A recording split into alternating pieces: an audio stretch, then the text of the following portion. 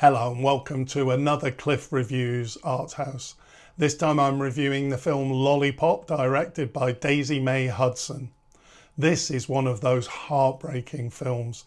It tells a story that absolutely needs to be told. It's a film about a single mother, Molly, trying to navigate a care and housing system that totally fails her.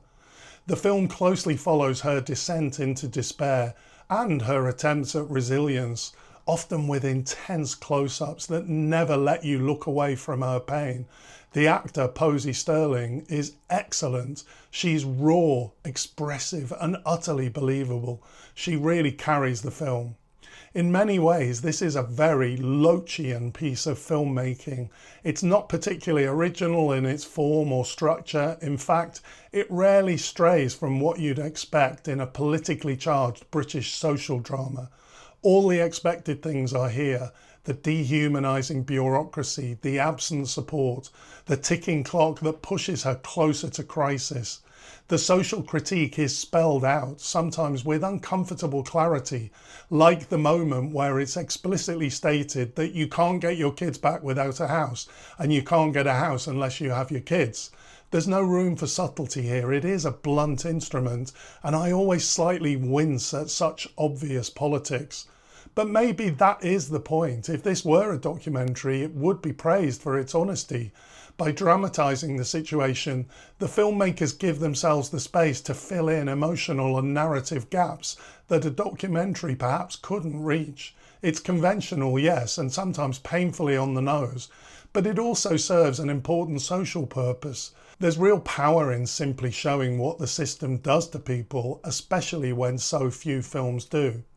This film has had quite a limited release, and I think that's a shame. There's definitely a mainstream market for this kind of social drama. Ken Loach has proven that, but Lollipop doesn't seem to have been picked up by the cinema chains. It has had screenings in the art house cinemas, and there's an interesting question here. What makes this film art house? Is it just because it's political? Because there's little art here in a formal sense. No aesthetic boldness, no experimental structure. It's shot plainly, told conventionally. The artistry lies more in the performances, I guess, and the underlying commitment to truth than it does in cinematic language. The audience I saw it with did seem moved. A couple in front of me left the cinema agreeing that it was an excellent film, and perhaps it is. I did care about it. These are issues I take very seriously, and I never stopped caring about Molly. I also appreciated that this isn't a film about perfect people. Her mother clearly wasn't a great parent, and Molly herself has made mistakes. But the love that she has for her children is palpable. This is a film about damaged people doing their best. One striking aspect of the film's politics is its even-handedness. It doesn't take clear sides or paint villains. Even the figures within the system, like the administrators or Molly's mother, they're shown trying their best within difficult constraints. The film resists easy scapegoating. I found myself wondering what Molly had done to end up in prison, but the decision to leave this unanswered feels deliberate and effective.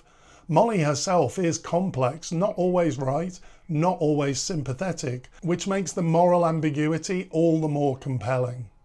Another subtle but powerful choice is that there are no men in the film, not a single one. And I didn't notice this until afterwards when I saw it mentioned in an interview with the director. That's a remarkable achievement. It speaks to how fully realised the women are and how unnecessary male presence felt. I think this is really clever. It works. It's not a gimmick, not a political point, just a quiet rebalancing that feels entirely natural. The most critical thing I can say about the film is that it offers no surprises. It is like Hudson picked a topic that Ken Loach hasn't made a film about, and she made the film that he would have made. It has the flaws that I find in typical Ken Loach films, but it does its job well. It's a heartbreaking topic, and it is an important film. Actually, I'm implying here that she randomly chose the topic. Of course, this isn't true. It's a topic she's deeply passionate about with lived experience. In fact, she's already made a documentary about it halfway back in 2015. In the end, Lollipop may offer no surprises, but it offers truth. And sometimes, especially in our current climate, that is enough. I do recommend this film. Thanks for watching, and I'll see you next time.